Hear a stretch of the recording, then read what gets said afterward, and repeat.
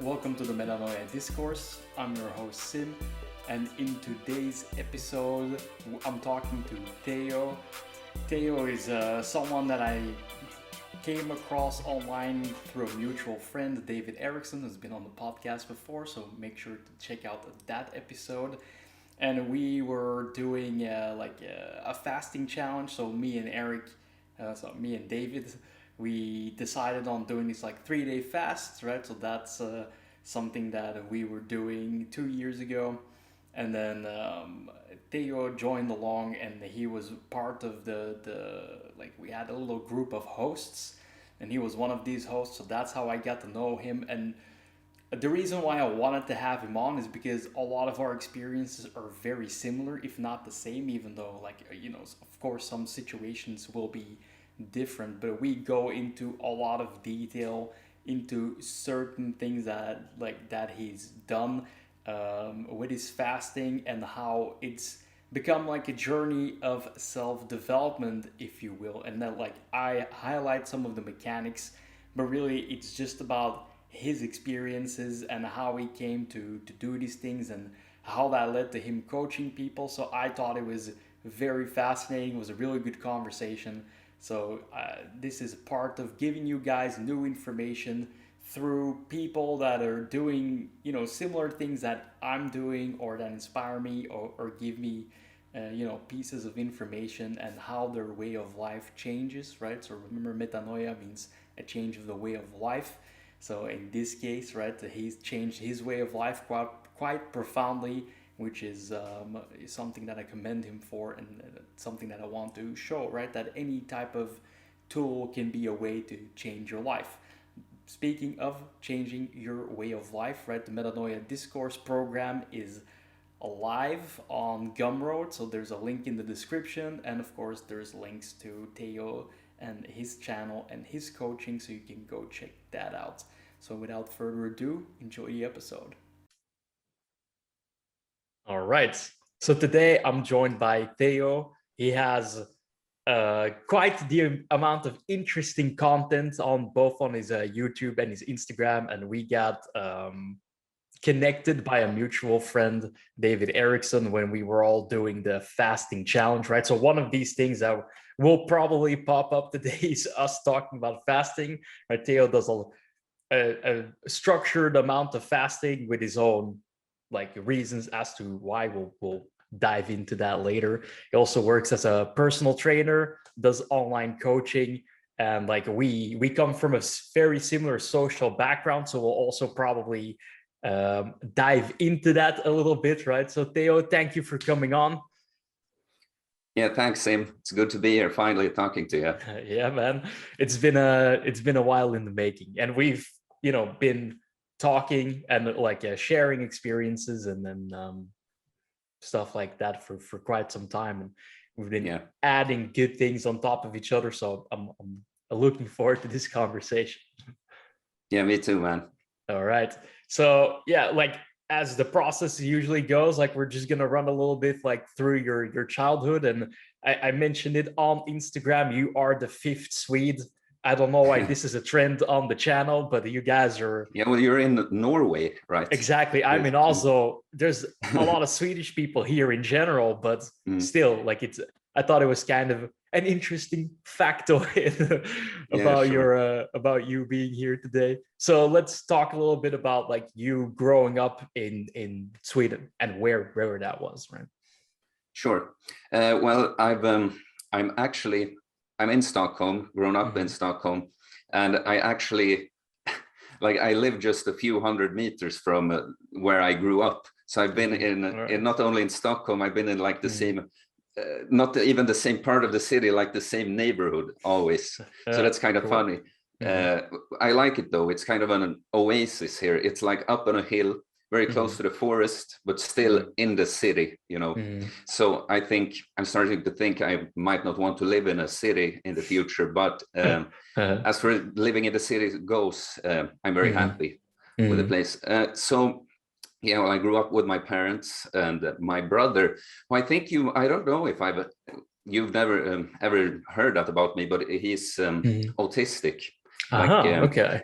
and like really autistic, like Mm-hmm. you know, these days they call a lot of things autism, and I'm not completely sure what it is anymore, but he's Mm-hmm. very obviously different, you know, so I think that had a huge impact on me growing up. Yeah. Yeah, anything you want to ask about there? No, not really. I mean, it's not very common, although it's getting more common. And like, I've shared some about my experiences, but there's Yeah. very different levels of autism, and Yeah. very like it, not just like, when we take character out of it, just like physiologically what contributes to it. And people that are very far on the spectrum, there it's a very, for people that don't know or don't have any experiences, it's pretty stressful for the surrounding environment. It's a lot to take into consideration, right? And Absolutely. I know from my own experiences, and we have some people with mental handicaps in the family, and like, of course, everything is done with love, but there's a lot of pressure inside the family to Of course. provide, right? So Of course. No, but so I guess that had a huge impact on me. Like we fought a lot growing up, and you know, a lot of people will go like, yeah, but siblings always fight and stuff. But this was different, you know, because it was over such unreasonable things. Like I always take Yes. this example, like autistic people like that, they get hang-ups about things that they don't even understand themselves. But one thing I was not allowed to do was lock the bathroom door. Something about the sound or whatever just triggered him, and I knew that if I locked the door, now we're gonna try and kill each other, basically, you know. Yeah. And so yeah, this was a huge part of me growing up, and I don't even know, I haven't fully analyzed how that has affected me, but I think I'm very, very aware of other people and having to you know, make adjustments for other people a lot. Yeah, for sure. Comes with a lot of like compromises and sacrifices, and you know, you need to constantly be aware of your surroundings. So and exactly, like something like that can trigger, like, even though there's no rationale behind it, but then again, you know, humans aren't that rational to begin with. So it's very interesting that you say that, because I recognize a lot of that from my own experience and the experiences that other people have relayed, right? So yeah, man. No, if I will try and go on, it's like you know, I was kind of, because my brother being that way, I think my parents expected me to, like, everything was, but you have it easy, you know, you're the normal one, you know, all like this. So they put a lot on me like that, and I felt a lot of pressure to achieve a lot, because also I could tell I am like smart or whatever, you know. School was easy for me as a kid, like spelling and math, it was just way below my level at the time. So I started out just being used to school is easy, you know, and as soon as you had to like start learning a bunch of stuff by heart, and I was so unmotivated to do that, and so I started becoming depressed kind of early teens, you know, and just kind of giving up on school, choosing some kind of different path. Not really knowing, I was very lost there. But so in my teens, I kind of sorted to just nihilism and partying and all of that, you know. And basically, to make a long story short, I think I was kind of on that path until I completely hit the wall in life, was completely lost. I had been studying journalism because I was, I guess, upset about some things in society, figured this might be a way to make an impact. Started realizing that no, I will never make a difference from within the mainstream media there, and everything just kind of came down on me. And I started having these panic attacks.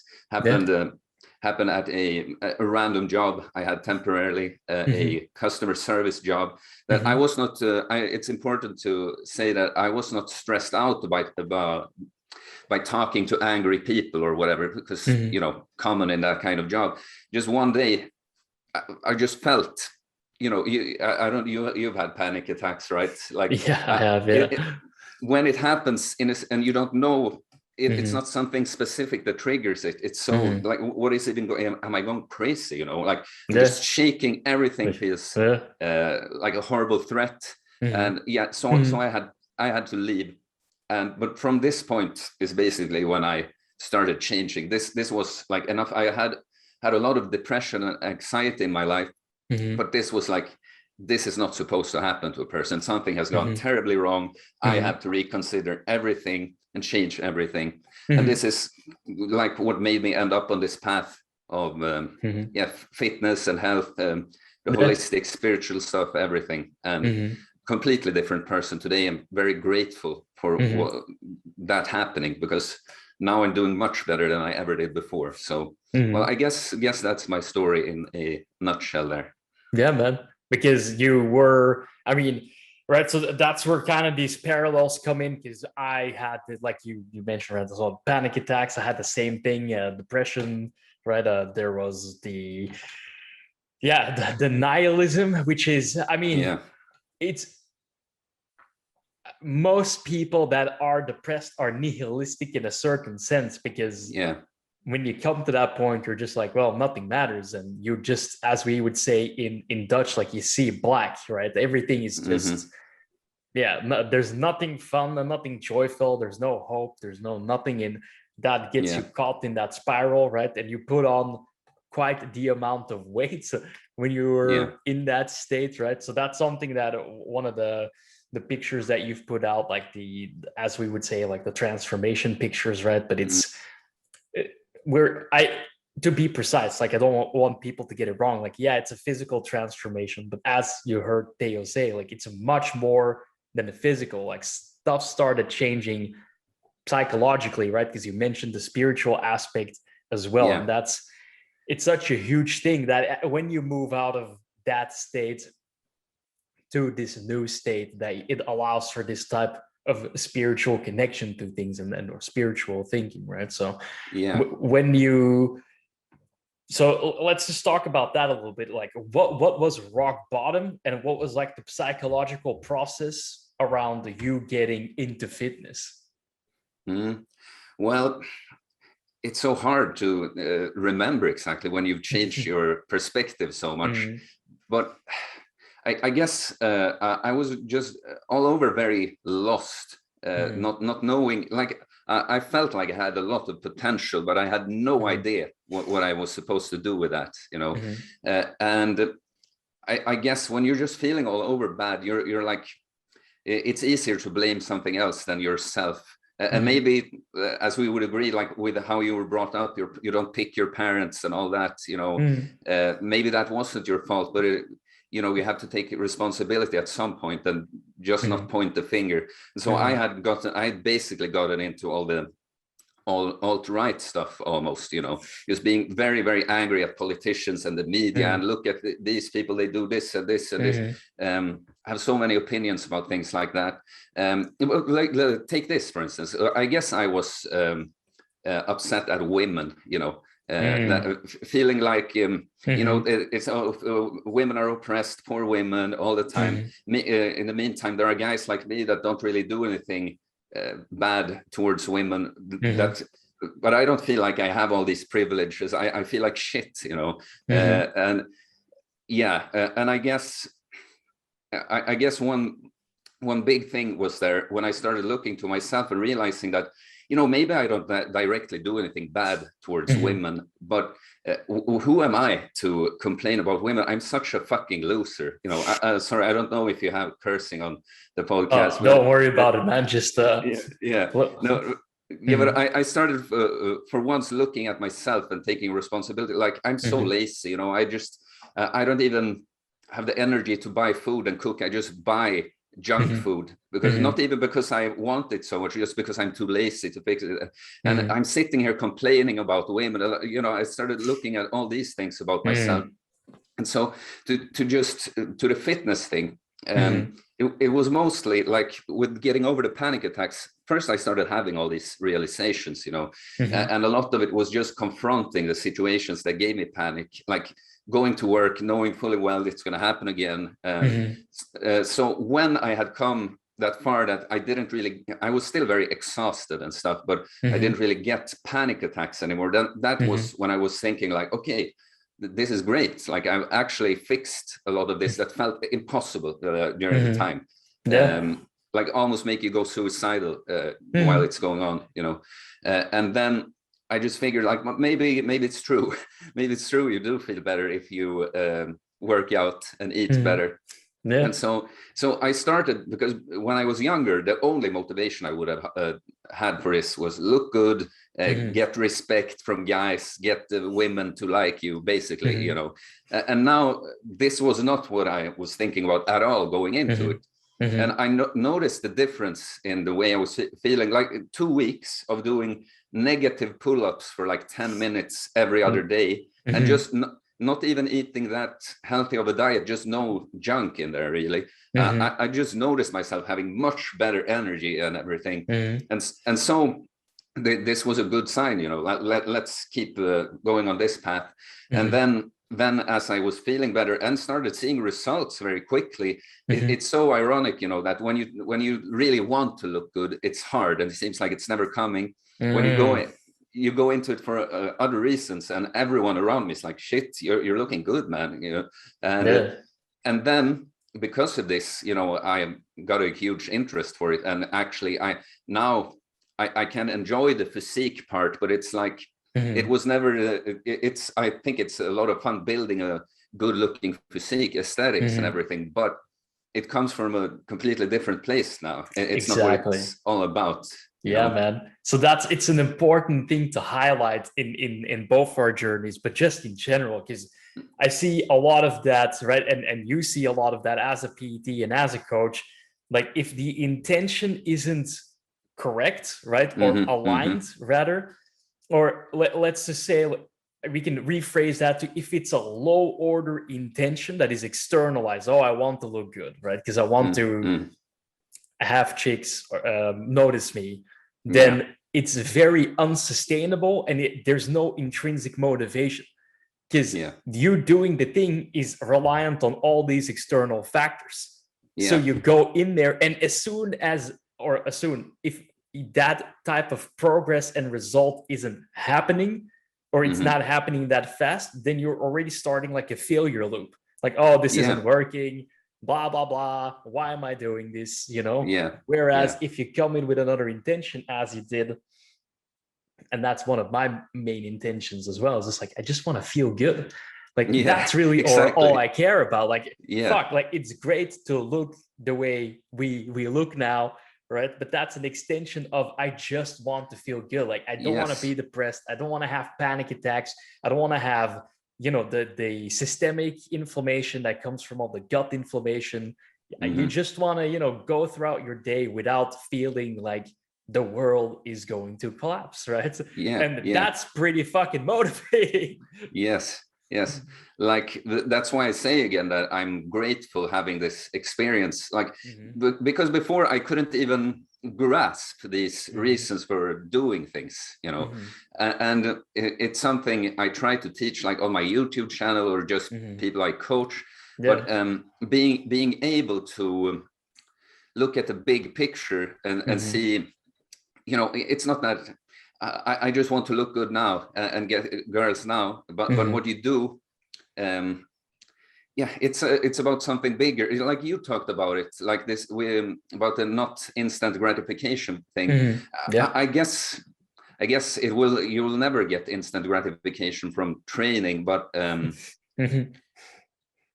you know, I kind of lose my train of thought there. But I guess it's like learning this about like how your whole behavior, how you live your life, how that makes you feel all the time, instead of like, oh, I'm feeling so shit, what can I do to get over it, like get drunk or something. You're like you choose not to do these instant gratification things to feel good in the long term instead.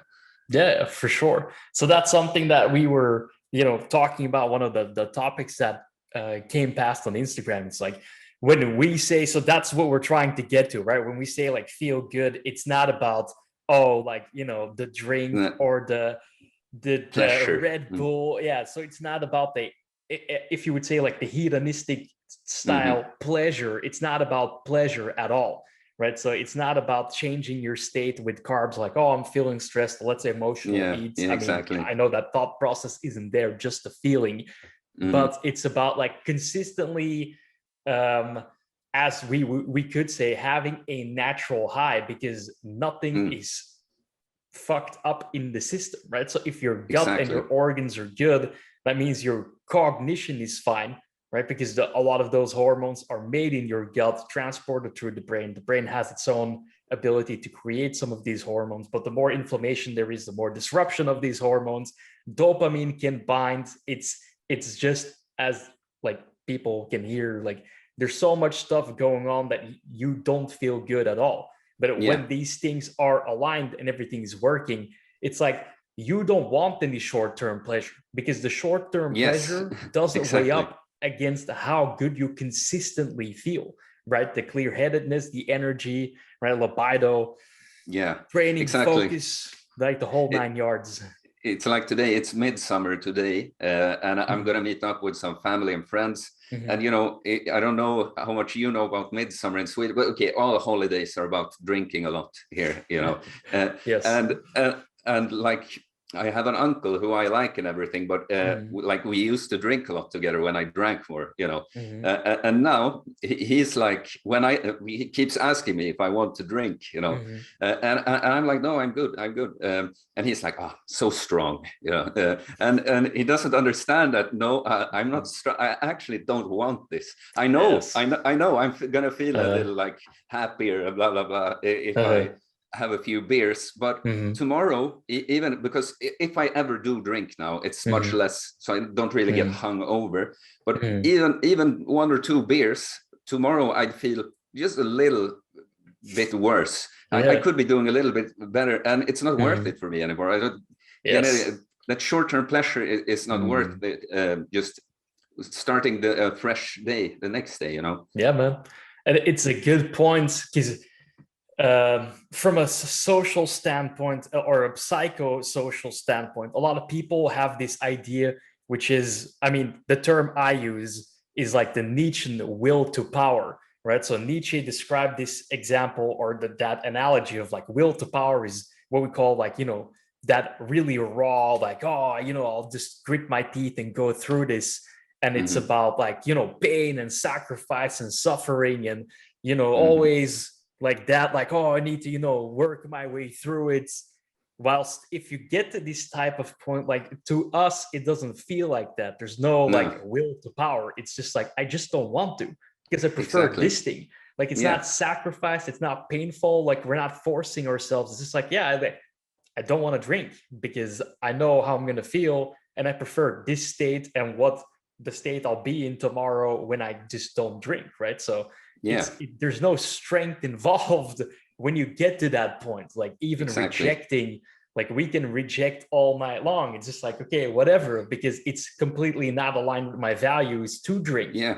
Or in some cases we can have a drink when the mood strikes and the environment is right. But in that sense, like, the pressure doesn't do anything, right? Which is important to share that, because a lot of people are stuck in that, like, oh, it's so hard. But you get to a point, right, where it's not hard at all, because you kind of figured that out. Like, okay, my value is health, so I'm just kind of acting in accordance to this value, right? The discipline of it completely is gone. It's kind of like with sleep and training too. Like with training, it will always be, because it's not something you have to do. We have the luxury of being able to just go to the gym and train.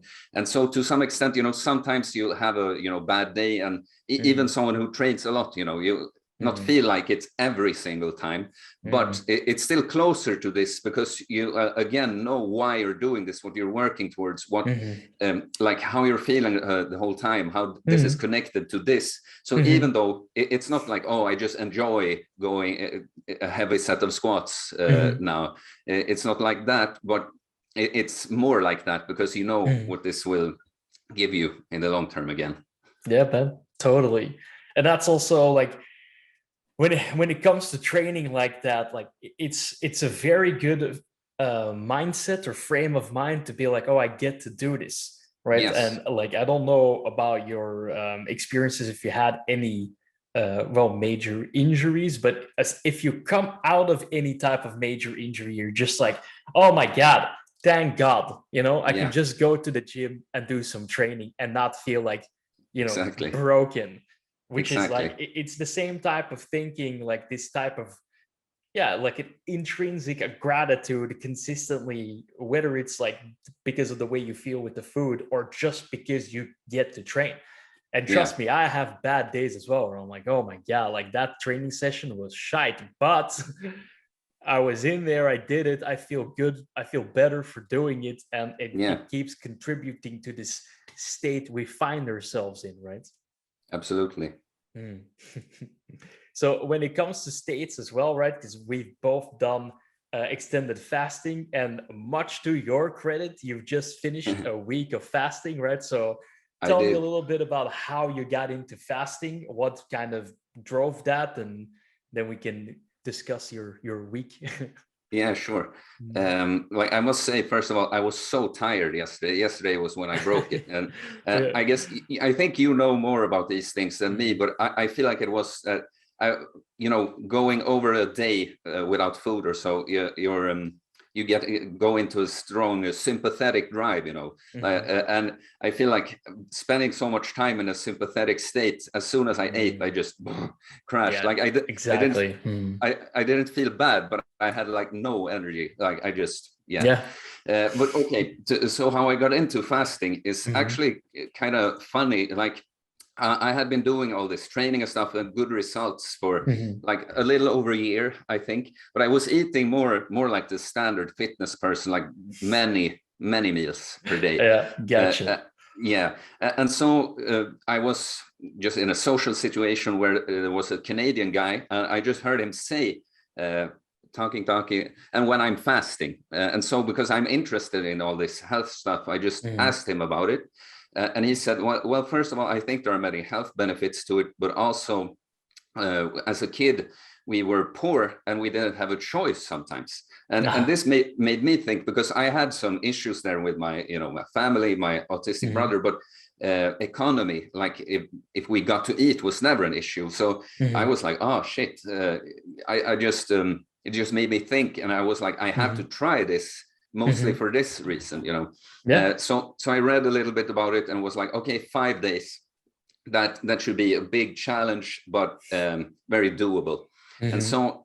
so I did that. And while I did that during the fast, I found the snake diet, Cole Robinson. Yes. Uh, Mhm. and so I was very entertained by his videos, yelling, Yeah, "Hey, they're really Patty!" good. Yeah. Yeah, very, very aggressive, but Mhm. also a very inspiring guy to me. Mhm.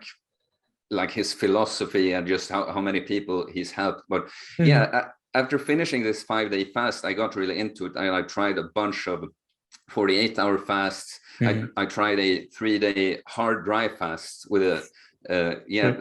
no drinking water, not Yeah. touching water, Mhm. using the sauna even during. And since that point, I've just done up to 5 days a bunch of Mhm. times, Mhm. and most recently broke a record with this 1 week fast. Mhm. Yeah, Yeah, man, that's impressive. But we'll get into the weekly fast in a minute. But sure. as far as structuring goes, were you doing intermittent fasting on a daily basis as well, or focusing on like, okay, maybe I'm doing intermittent fasting, but having these longer fasts at certain Mm-hmm. periods? What was the Mm-hmm. structure? What was the thinking behind Uh, that? I said I ate more like the typical fitness person first, and I Mm-hmm. did, but I had tried like the 16-8, like the Mm-hmm. most common intermittent fasting window. Yeah. So while I was experimenting with it, I tried things like doing 1 meal a day for Mm-hmm. a month, which is, I think, is very difficult when you're this active and stuff. Like it's a Mm-hmm. whole lot of food you have to get down. Um, Mm-hmm. no, but I experimented very aggressively with a longer fast, like a minimum 48 hours at first. And then when I just realized that it seems like something want to do in cycles, like a little bit more frequently for maybe a few months, and then skip it for a little bit for a few months. And so I ended up doing, like, most of the time I do the 16-8 intermittent fasting window, but I'm not like rigid about it. No, good. If life comes in the way and it ends up being like 10 hours on one day, or I had to have one extra meal on one day, I don't obsess about it. But so my baseline is kind of the 16-8. Gotcha. All right. Very cool. And then, like the 1 week fast, man. What spurred that on? Like, I'm curious. Sorry, what spurred it on? So what was the the reasoning behind it? Okay. Well, mostly it was kind of self-development. First of all, like with fasting, it's interesting because there is some science. Like I'm very big on doing your own experiments and figuring things out for your own, but it's good if there's like information that you can, external information too. But so there isn't a lot about fasting, but some things just made me believe that the more like healing part of fasting comes when you do the longer fasts. And also, for me, a big thing with fasting that I never expected is that, like, the mental effect of it. Like it's like how I describe it is that we are so very, very civilized now. We may get depressed and everything, but it's a lot of the time over very abstract things, because food and like shelter and these things, these most basal things, they are already covered all the time. And so when you don't eat for an extended amount of time, it's just hard to care about some more abstract things. Yes. So a huge thing is, like, not to go into it too much, but I had some personal issues recently that it was a big struggle, I'd say. And you know, sometimes you even know when it's kind of like over, but you just have to, I don't know, get pulled out of your perspective. So that was a huge point of this fast, to just have to shift the focus so much to someone that you see everything when you come back with like new eyes. So like just some more personal experience going further than I have before, doing a cool little challenge like that, like the followers like it always, you know. But also mainly like the spiritual or mental. I wanted a clean slate, really. Also I'm planning to do kind of a little bulking phase, put on, see how much more I can put on this body again. And it's just kind of interesting to start out from a shrunken state, if you will. So yeah, for sure. Those were the reasons, I guess. Yeah, cool. Because with the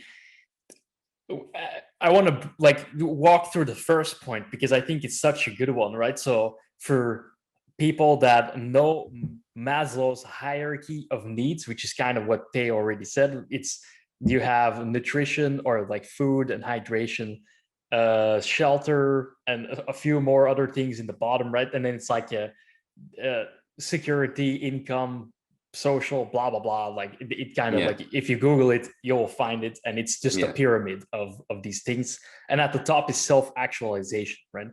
So it actually speaks about the importance of this concept, because if you take away some of these things you are so used to, right? God forbid somebody took away your shelter, but hey, you can do that too. You know, that's a different type of fast. But if you take away food, to try that. Yeah, why not? I mean, go camping for a week. I mean, that's kind of like now you or you know, survival stuff. It's an idea for people that want to challenge themselves in a different way. Right, but the food is such a good entry point, because when that goes away, as Theo said, you really stop caring about a lot of stuff that seems like a big deal at that time, but it's completely overrides or overridden by this thing like, oh, you know, like there's no food, or that's kind of like the juxtaposition. The food availability is there. It's just like you're not eating. So viscerally to the body and the organism, it's like, there's no food. We're in this scarcity mode, right? Hence the sympathetic activation, but it just makes everything else go away. It's like, like it doesn't really matter that much, right? Because the most fundamental things in life to sustain life is breathing, right? Don't stop doing that. Eating, drinking, and sleeping, and sunlight, right? If you have those 5 things covered, it's not too bad. right? No. And that's Yeah. the thing, like it gives you so much perspective, because as Theo said, you can draw away from the thing that's happening, right? So your needs, your priorities change, right? Which is what Maslow figured out and hence made his hierarchy on. And it's such an interesting way to do things. The other thing that we both have experienced, and everyone that fasts, is you will appreciate food so much more. That abstinence from something, like, and it doesn't matter what it is, because you can fast, you can abstain from anything, right? And it just makes the thing so much better, because we're an adaptive organism. You're constantly adapting to what you already have, right? That's why we get into that rat race mentality, right? Like, oh, this guy has that more than me, and this. Exactly. But start taking away some stuff and you're going to be very happy very fast. Yeah. Just being able to eat after one day is awesome, right? We've done the 3-day fast together alongside with, I think we had like almost 50 people, right? Yeah. 2 years ago. Yeah. And that was, I mean, everyone had the same experience. Like if you start eating after 3 days, it's like, wow. Yeah. What's this, you know? This is also something, because a lot of people find me because I have this association with a snake diet, kind of. So there's a lot of people that are very overweight, or like struggle with overeating, or like binging at least. And we try to use the fasting to get over that, you know, because I myself, I think I was kind of worse than just an overweight person, in the sense that I was so lazy, like, and any just decadent pleasure thing that fell into my lap, I had. So it's like how I said with the food, for me, I was never a huge, like, a food eating addict, junk food addict. It was just convenient for me to buy, instead of cooking food, buy a pizza on my way home from work. But we all have some kind of addiction to these tastes if we've lived that way. And I didn't even try to make it happen with all the fasting and refeeding on just proper clean food. I enjoyed it so much. It's the same thing like with alcohol. Like I know what that's, I don't know, so sugary soda or ice cream tastes like, or whatever. I know it's a pleasurable sensation right at the moment, but I don't crave it anymore. So I'm like, no, I'm fine. You know, I'm good. Yeah, I stick to these clean, healthy foods that to me nowadays taste amazing, you know. So So there's a really good point in there as well. It's something that I brought up when we were all fasting. I made like a little YouTube video about it, and maybe we can use this as a segment on that. But you have taste receptors obviously in your mouth, but in your gut as well, that are connected to the dopamine system, the reward system. So the interesting thing is, like, when you deload these taste receptors, you're also deloading the dopamine reward system, like lowering its threshold for what is pleasurable by not having that, right? But at the same time, so the taste receptors, right, as they're being deloaded, they change. You're able to taste things in normal whole foods that you otherwise wouldn't, because your palate and your gut gets desensitized to certain foods because of the hyperpalatability of the engineering that they do to make your brain light up, right, through your taste receptors. So you're changing it physiologically on the taste receptor level, right? So your tongue and inside your gut, but also the reward system in your brain and in your gut. And that's super fascinating. As Theo said, like with his own experience, like you can just do that by fasting. That's it. And then of course, like introducing whole foods. So it's very fascinating.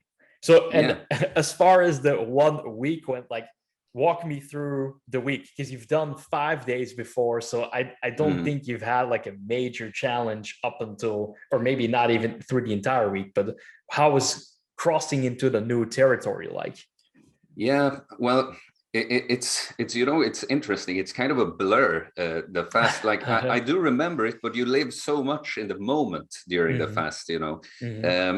No, but I guess the toughest day was day 4. So go between 72 and 96 hours. I had not slept that great that night, and so that was the only day where I actually got some nausea and like strong cravings. But the day after that, like, because being so exhausted on that day, I slept pretty good that night, and so day 5 and 6 were, like, I guess at the end of day 5 is right when the unknown territory part starts. And no, I mean, I got much lower energy than I've gotten before, but in a way that very not in the mind. You're very like aware of everything going on. It's just that your need is starting. Your body is really trying to preserve energy. Like just dropping something on the floor. If I don't have to pick it up right now, I won't. Entering that kind of state. I think, but that was the biggest thing. Like noticing how like. Even though I walked around, I probably averaged like 15K steps per day on this fast. But just noticing how much my body tried to preserve energy. First, I would say also that this fast was a little too long. Like it was just going for a week was just about going for a week. But like, I'm also a big proponent of like, if you're saying you're fasting for 3 days, don't obsess if it's like 70 hours or 75 or whatever. In this case, I just had to make it a full week. But I think I would probably have ended it on day 6 or so, because that's where I really felt I achieved this effect of just leaving everything all behind, being in a completely new setting. And now when I broke it, I was almost a bit like, without feeling like depressed, but almost like melancholic. Like, if I do a long fast again, I'm probably going to do it 5-6 days instead of 7. Gotcha. Yeah, so in the sense of the mechanisms, right? So for people that aren't very familiar with these things, like I just have to say though, you're much better at the actual mechanisms. I'm just a doer. I just do and learn from that. Yeah, man. But it brings up the point from before. Like, I've had so many issues with so many things. Like, I had to learn. Like, there wasn't any other. It wasn't any other way, like, if I didn't learn how these things worked, I would have still been there, like not in a good state. So that's why, right, the mechanisms. But it's also interesting for the people to know, and I'm very curious. But thanks, bro. I appreciate it. But in any case, so mechanistically, especially as he's talking about like a mental clarity, right? It has its own type of hierarchy and parameters, right? So it's a combination of several things, like systemic inflammation going down, which opens up things in your brain, right? So systemic inflammation means stress. Stress means vasoconstriction, which is the scientific term for when blood vessels squeeze shut, right? So you can't use parts of your brain, like your neocortex, right, the thinking one, that you usually would, right? So systemic inflammation coming down means already more cognition as it is, right? But then you start going into ketosis. Ketones are cognitive enhancing. They're also anti-inflammatory, driving systemic inflammation down even more. And then there's this sympathetic activation from the nervous system, which is driving your cortisol and adrenaline up, because the signal to the organism is, hey, I don't have food, right? In the not so long ago, technically, in a lot of countries, that meant you need to go hunt. Right? Because we're very used to like having this thing, but lest we forget, right? A lot of countries weren't there we're still there not that long ago. And we just came out of like a huge scarcity thing from the World War II, right? Our generation doesn't really know how good we have it, but if you listen to your grandparents sometime, right, especially in the middle of Europe, you just go like, all right, so you lived like on bread and potatoes most of the time, and maybe some vegetables. Is pretty hardcore. So the food scarcity thing, right, allows this hunter instinct, our survival instinct, to come to the surface, right? It makes you super focused. And Theo said something that I want to emphasize: aware. You become hyper aware because you need that to hunt. And that's something that a lot of people have experienced when we're doing this 3-day fast, and I keep reaching to that because we had so much information, right? I've noticed that, like, even from fasting, but also being animal based. So like, I don't really eat any thing that is, well, I eat some fruits and stuff like that and honey. So that's kind of where I draw the line. Not that much vegetables, lots of like, avocados, olives, because they're still fruits. But in any case, right? So both with fasting and with an animal-based diet, or when I went full carnivore, my sense of smell just took like, 5 steps upwards. Like, you become one of the so first thing. aware. Exactly. And that's that hyper awareness, is because we do so much with our olfactory sense, the scientific technical term for your ability to smell, which carries a lot of information. We're really dumbed down to that, right? Desensitized as usual, because of different reasons. But you get that back. Your eyesight improves, your hearing improves, your sensitivity to your environment improves, all so that you could be a better hunter and get your meal. Right? And that's also something, like, as the fast goes on, as you said, the sympathetic system can only be on for that long. Right. And the organisms of the body and all the biofeedback will tell you, and that's another point I'll go into in a second, but it will tell you, like, hey, like, we haven't caught anything, but if we're going to continue to survive, we can't have this energy expenditure. Like, you need to chill down, right? Because we're just kind of hoping at this point that something will fall in your mouth. Like, the energy expenditure time is over, right? You had your, 3 to 5 days opening a window. After that, your system's like, nope, no, we're not doing this stuff anymore. So it's super fascinating. And then a reason why I'm such a huge proponent of fasting as well, and that what Theo said is, like, your biofeedback, so your ability to understand this experience. That's when you said that about energy expenditure and conservation, like, that just kind of, wow, right? So people, again, like, you're so disconnected and desensitized to your own biofeedback, because a lot of that messaging is really, really bad and completely fucked up. It's just not working. But when you fast, all of these things come back, right? What we call intuition to a certain degree, and instincts and stuff like that. That stuff has never been gone.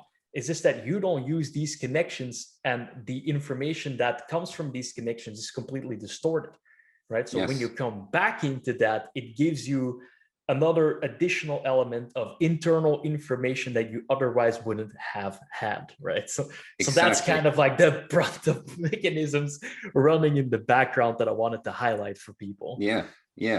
No, absolutely. Like, I realized, learning about all this, not even fasting only, but how modern people are not, like, in tune with themselves, like, we've been corrupted, kind of, so that we're supposed to be able to know so much about, I'm feeling like this means this, without even thinking about it. But we've been, like, I call it that we've been spoiled again with everything. This, like, with the food, the shelter, everything. Like, most people would think, for instance, with the food, even someone who isn't like, I have to eat all the time, but many people would think that, obviously, if I don't get to eat, I'll be tired, and I won't be able to focus. And so, and maybe if your hormones are completely dysregulated and you're a food addict, maybe that's true to a certain extent. But it does, like you just explained, Sim, it does make sense that,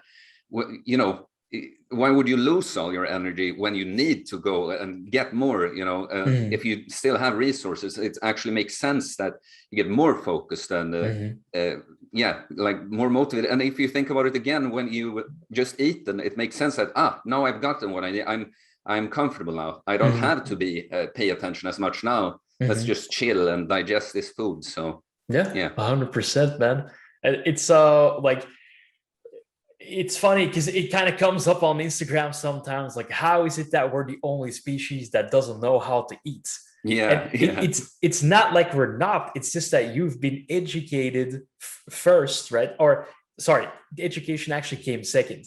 it already started in your mother's womb, right? If she's eating poorly, your dopamine receptors and all these other like neurohormones, gut hormones, all that other stuff, like the gut bacteria, will have been altered according to what she ate.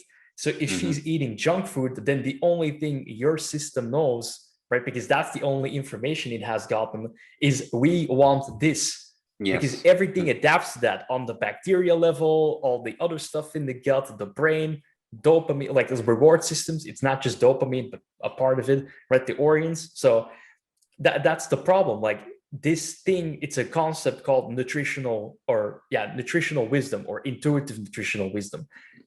We all have that.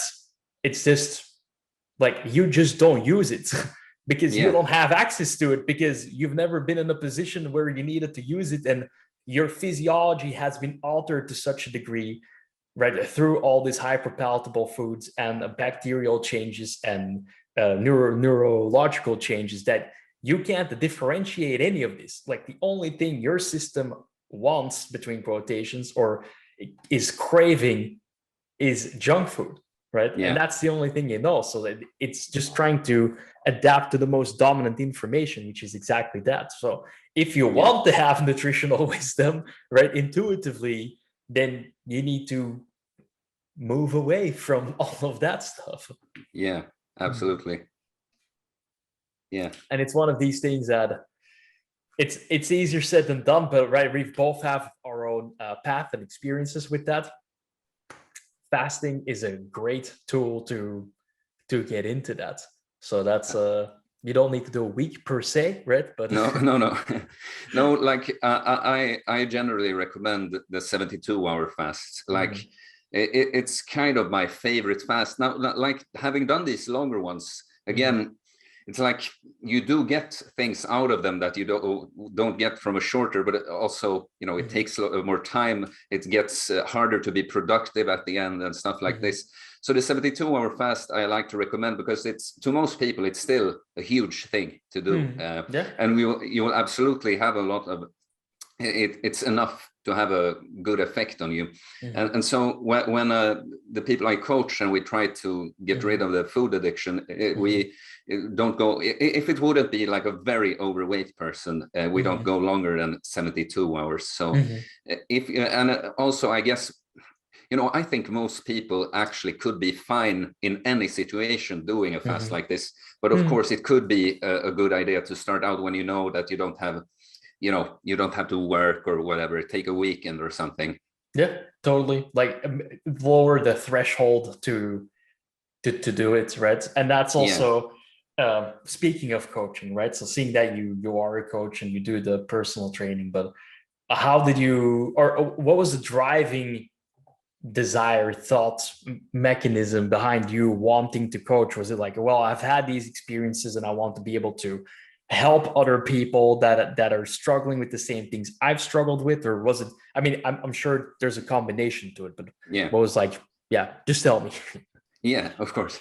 No, it's many things, but the first thing was just that I mean, when I could see clearly how I had been living my life and how I had just been wasting it, and that I didn't have to be that way, I could actually change this, it was a huge realization about myself, first of all, but then also, I found this. I had always been a hardcore atheist. We talked about the nihilism a bit, and it was so funny how I just started believing in God from like within. I felt like I did not do all of this on my own. And I just started realizing this thing, sort of that you basically have two choices in the world, which is being a force for good or a force for evil, like leave a good effect or a bad effect on the world. And I want to be a force for good, and so these things that it turned out that I'm really good at, like with the training and nutrition fasting, that has helped me so much. I just want to pass it on to other people, really. So I would say that that's the main motivator, but there is a little part to that. When you get into all of this and see the progress in yourself, you get a little addicted to the progress, right? Yeah, for sure. And when also maybe kind of shrunk your ego and realize that it's not all about you, you can kind of get a similar effect of like helping people, helping other people. It kind of feels like helping yourself. So a little like selfish reason for it is like, I just, when I can't make as much gains myself anymore, it's fun to make with other people too. Yeah, man, 100%. And like that spiritual element, like we touched upon it before, and now you just blew it wide open. So I want to make use of that before we talk about the coaching more. But it's such so to backtrack throughout history to a certain degree, it doesn't matter if it was a religion, a society, or a tribe. Fasting has been part of human experience since the dawn of mankind. Absolutely. And a lot of people paint this picture of hunter-gatherer societies as they lived in constant scarcity, which was not the case. Like these guys weren't stupid. Like they know where the food was, and they lived close to their food sources, right? So the Native Americans are a great example of that. Like they weren't worried, man. There were herds of buffaloes almost everywhere. Like unless they, went off on an expedition that went sideways, they were near their food source. So for them already, it was like their fasting practices, which are very well documented, right? They were for spiritual reasons. And like this thing, there is like that force of good, as you said, and you do connect to something internally that makes you feel not your presence per se, but a presence of a higher power. And a lot of people have that experience. I've had that experience when fasting, but I've had that when meditating. And that's some of the one of the things that got me on a very spiritual path. And I don't really, we come from the same line of thinking, right? The nihilism, because that's, part of being depressed. But as I came out of that and started listening to philosophy and meditating and fasting, then I connected to that higher power, right? And from the Stoics, right, I've learned, okay, like we can call it God, they can call it Zeus, they call it nature, the universe. It really doesn't matter what you decide to call it or the way you see it. But it does matter to me personally that people get that experience. And that's why, like, I have the big smile on my face, because I love to hear that from people. Like, wow, like you connected to something so profound. It changed you as a person from just not eating. And sometimes it is that simple, right? Because it does take away a lot of this internal inputs, right? Stimulus that you need to constantly process. That's the inflammation really, and all of the biofeedback. And when that goes away, right, you just go to a state that allows you to, as you said, see clearly, but also connect to things that are really hard to imagine in the first place. And secondly, even harder for me to explain, because I can't give you this experience by talking about it, and I'm watering down the experience by trying to explain it to a certain degree. But it should inspire people to a certain degree to like go like, no, that's interesting. How somebody came from complete nihilism, atheism, to believing in God or a higher power, right? Connecting to something else that is within all of us. So I want to highlight that, because I think it's so fascinating. It is.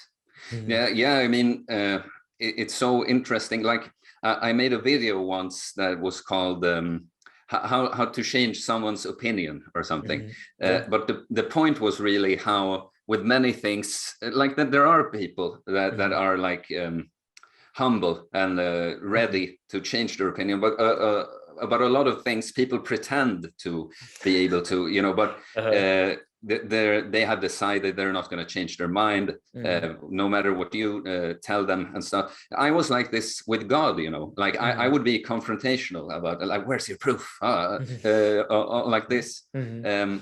But then I experienced something that made it like undeniable to me. And it's very cool to even see about myself, know that how little I believed in God, how smart I felt about it. I figured it out, no, there's no way. And that a person like that can change completely about the thing like that. Yeah, it's beautiful. And that's from experience, right? So that's the point. Like if you have an experience, and this is how the human organism works, right? You are changed by that experience. You are different before and after, which is like a deeper laying point with all of these things, and why we're also fervent self-experimenters, because I want to have a certain type of experience. I'm not sure what I'm going to experience, but I know that I'm going to be changed after. And sometimes that's a positive thing, and sometimes like the negative experience becomes a positive thing after a while, right? That's also a thing, that when you realize that you can learn something from anything. Like I mentioned that I had some tougher, like just personal life things happening. It was very difficult when it was going on, but at the same time, even when it didn't feel all that great, I knew that I will learn something from this, you know.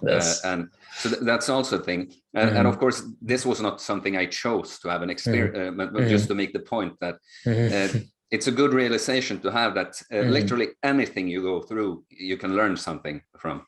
Yeah, man, totally. And that's also something that I would contribute to. Well, that change of state that you have been in the path that you're on, right? So for a lot of people, because I was in that type of position myself, where you wouldn't have had this type of perspective if you didn't have these types of experiences. Exactly. Right. So like if you if that's like, oh, like I don't experience that type of perspective at all, go have some of these experiences with nutrition, fasting, and exercise, and see how it changes your ability to have these types of perspectives. Yeah, right. Exactly. Which is also like, when we speak about these types of experiences, that's also, what you also brought to the table in this conversation when you were talking about why you got into coaching, is that you are essentially giving a person the tools for an experience, whether that's with physical training, whether that's with nutrition and fasting, right? So it's very like a lot of these things with coaching is like, oh, here's the program and do this, but it's not about that. The program is just a tool. Like it's about what you will experience and feel, right? That will eventually change you and, lead to different things in different levels, right? So with the coaching, so run me a little bit through, because you started as a PT and then started online coaching, right? And what's your approach like at the moment? Yeah, something I just wanted to add on what you said there is that, a lot of guys, I coach women too, but a lot of guys come and like, oh, you look great, man, I want to look like you or something. And what I want them to understand is that, no, it's not about looking this way, it's about becoming the person who can do the things that make you look that way, It's just an expression of something else. Okay, so when I did get into all of this, I was lucky that I had a situation that I had some money. I didn't have to like when I was during that panic attack phase, I could take some time off basically, and even after that. And so I did, because I had been studying journalism, as I said, I had so little left that, if I had been studying for a year or something, I would just have abandoned it. But I felt like, I'm like 85% done. Let's just get it over with, but I could basically be at home studying. I barely had to go to school. And so I just educated myself a lot on the training and everything. And so when at some point I was like, okay, so what do I do with all this, and it seemed like, because I do like the whole YouTube thing, like just reaching out with a message to like-minded people. We talked about that. It's very, it's not that every person in your life wants to listen to all this stuff and do this, so I like that, and doing the online coaching was like a long-term plan I had. But I figured, like, if I'm going to coach people online, I need some experience doing it face-to-face too. So I educated myself, got a personal training license. I still work in a gym, just not all that much, not too many hours. But I got into that. All of a sudden, when I put up a lot on YouTube, like, people just started reaching out to me, asking for coaching without me even marketing, doing any marketing for it. And now it's still kind of the same. I don't push it that hard. It's just that people will reach out to me and do it online. Yeah, man. Too. Yeah. Yeah. Awesome. But that's a good approach.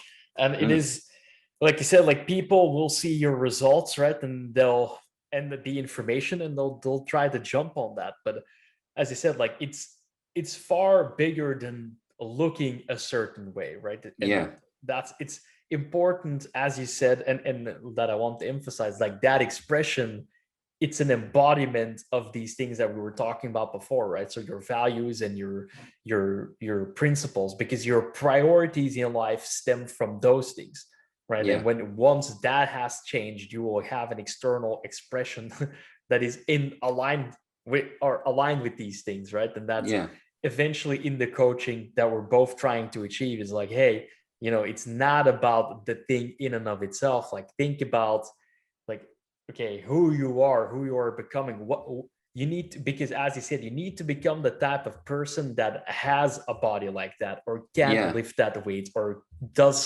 is able to do that skill, right? Yeah, because if someone could give that body to you, like, instantly, you'd lose it, because you don't have the tools. You haven't built it yourself. You haven't learned what you need to. Yeah, man. 100%. And I've had that conversation with other people. Like, if there's no effort involved, you also don't value it. No, exactly. If you didn't have to work for it, or you didn't have to put in any effort, and this effort can be, of course, there's a physical element to it, but the learning element as well. Like, if you understand yourself and you understand what you're doing, right, you put in the effort.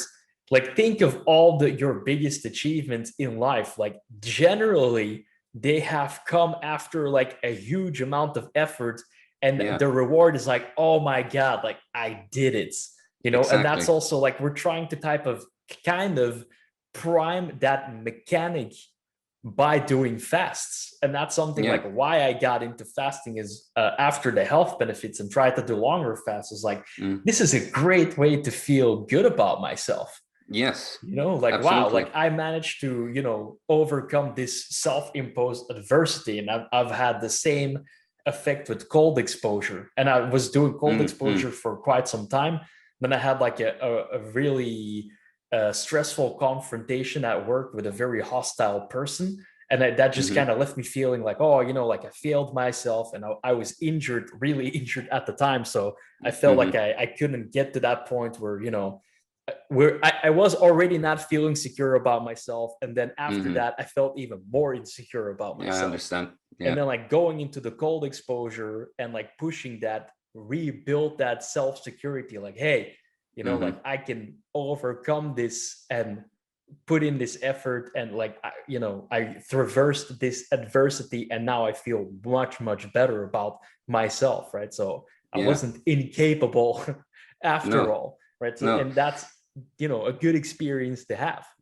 Yeah. And it can, to someone like listening in the wrong way, or how I should phrase it, is that it could sound like, well, let me put it like this. If you do a 72-hour fast, you have now done something that most people think they can't do, and most people have never done. And, it's not about wanting to feel better than other people, because that's what I'm thinking someone could think. But it's like, when I've done something that most people can't do, or that a lot of people would think is hard, then of course you will like yourself for it and feel good about yourself. So totally see what you're saying about, and also how these, I don't remember how you phrased it, but you said something about fasting, how it's a good tool for this kind of thing. Like like the cold exposure, I have not done as much as you, but I do the cold showers almost every morning. And that's something I think I wouldn't even have thought about that if I hadn't done the fasting before, because it's similar in a way, just it's more intense and shorter, but it's going through some kind of discomfort that makes you stronger in the end. Yeah, man, exactly. So both fasting and cold exposures are stressors of different intensities, right? And they carry over into each other, because it's your ability to navigate a stressor, essentially, right? That's what it's about. And like, of course, like fasting has its intense periods, but cold is much more acute. And if it's Yes. the more acute it is, right, the more present it is, the higher the sympathetic response to that, right? It's just like if you burned yourself, it'd be bang, Yeah. right? But Yeah. if you, the whole boiling the frog example, like then nothing really happens. I mean, eventually, if you, would keep the heat going up on the stove, you take your finger away, but the damage is already done, right? You would have already been burned by that time. So that's the idea of like the carryover there is that with the fasting, as you said, like you understand like, okay, this is a type of stressor that I'm navigating, and it builds these mechanics of being able to raise your distress tolerance, right? So we have a baseline to deal with stress. That's where all the nervous system talk comes into play. But that's one of the beauties, again, on a completely different level of fasting and cold exposure, that like you can take that like, oh, I've raised my distress tolerance, my baseline has come up, right? So now I can try something else, and it just kind of keeps building from there on out. Yeah, and like maybe an odd example with this, but say it's something I've noticed with like stressful situations that are like nothing like these, like more just social things and stuff. Like even these things will feed into that, because I'm thinking about for instance, I like, when was it, like 1.5 years ago, in the winter I just worked a little bit as a waiter on like this brunch thing, actually a vegan brunch thing, which was kind of funny because I would never have eaten any of that food, but I'm not used to this, like trying to remember, okay, all these plates to these tables, so it is kind of a stressful situation in that way. But somehow, even when I feel a slight like sympathetic drive or something like that, it's like my tolerance for that overall is much higher. So I'm not, say that I do this as like, I don't know, a teenager, maybe I'd be really nervous about it. And now it's more like, I do feel a slight stress symptoms, but I'm so much better at dealing with it. I'm actually not that worried. Like I'm sitting chill in my driver's seat. Exactly. Right. So that's the example. So not only does your baseline go up, right? So the baseline is just kind of, I would say, where does my stress go into that, like a tipping point, right? So everywhere up until baseline is okay. Right. But additionally, the more you get better at navigating stress, right, the higher the threshold becomes. The threshold is what I would suggest or call like the flow zone, right? So you're aware of how flow kind of works, right? I think sort of you've been in the zone before. Yeah, sure. Absolutely. Yeah, cool. All right. Because I mean, you train, right? So it's kind of, you enter that like, okay, you're in the zone. That's the threshold, basically. You're not super relaxed, but you're relaxed enough, and there is enough stress that you're hyper focused without losing your edge, right? And then there's the level on top of that, like when you do experience stress, you're much better at handling stress, right? So when you've crossed that threshold, even then you'd be like, oh, I'm fine. Like, even though this situation is quite stressful, like I'm not losing control. As you said, good example, like you are still in the driver's seat, right? And that can happen, as we were saying, from fasting, and then like cold exposure is just another extension of that, right? So the nervous system in that sense, it's kind of a misunderstanding or maybe a misconceptualization. People just don't know.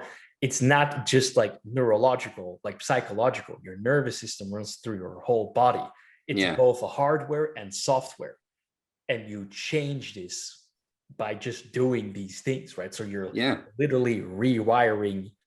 Installing new software, better software. Yeah, you're upgrading your hardware, installing better software at the same time.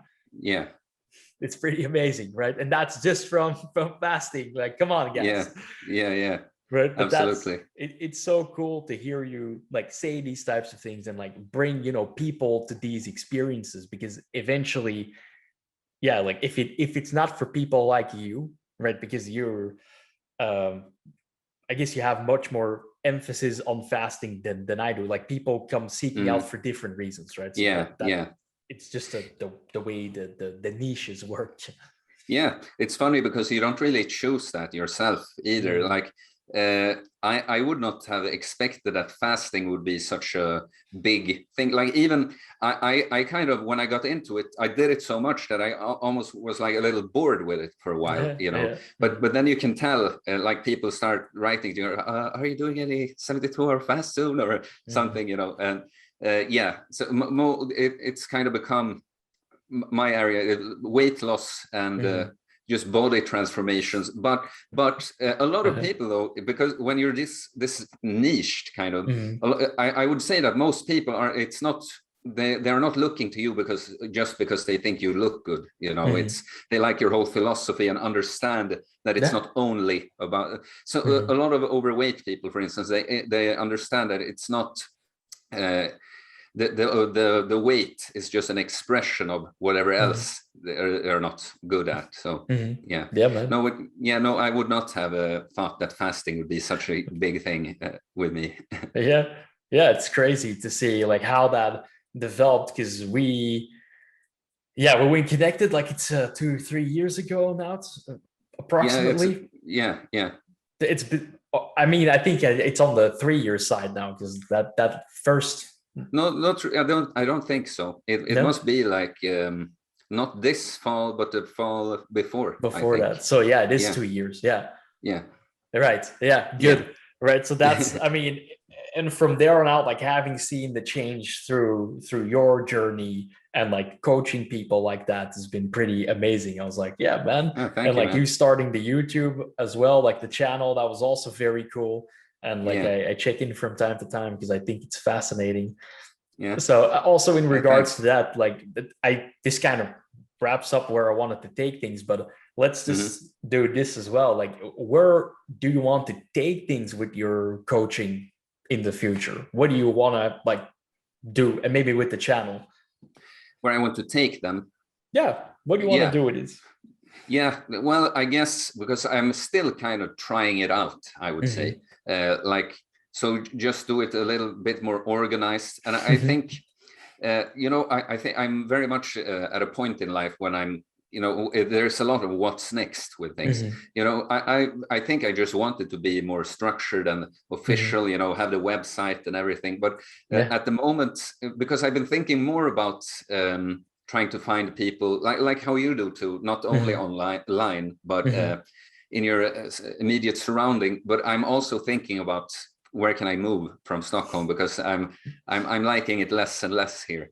So no, I think I'd be happy to just expand on it and like maybe like I think my thing a lot is that I'm not super structured, by the way, like that I don't think you do that too either, but I don't give one just a cookie cutter program or plan. I want to get to know the person and everything. Yeah, no, I guess I'm just repeating myself, but just make it a little bit more official.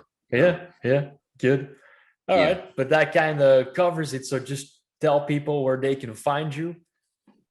Yeah, well, my YouTube channel is called Uncommon Sense, so you can check that out. At Uncommon Sense Fitness on Instagram, and those are basically my main channels I use. Awesome. I'll put them in the description anyway, right? And once the site is live, we can put it in there as well. So then, man, awesome. I just want to thank you for an awesome conversation and you sharing your experiences and your insights with me and everyone listening and watching. So thanks, man. Yeah, thanks, Sim, for having me. It was a lot of fun. I've been looking forward to it, and I'm sure we'll chat again in the future. For sure, bro. You know it. Have a great day, and see you soon. Yeah, you too, man. Take care. Peace.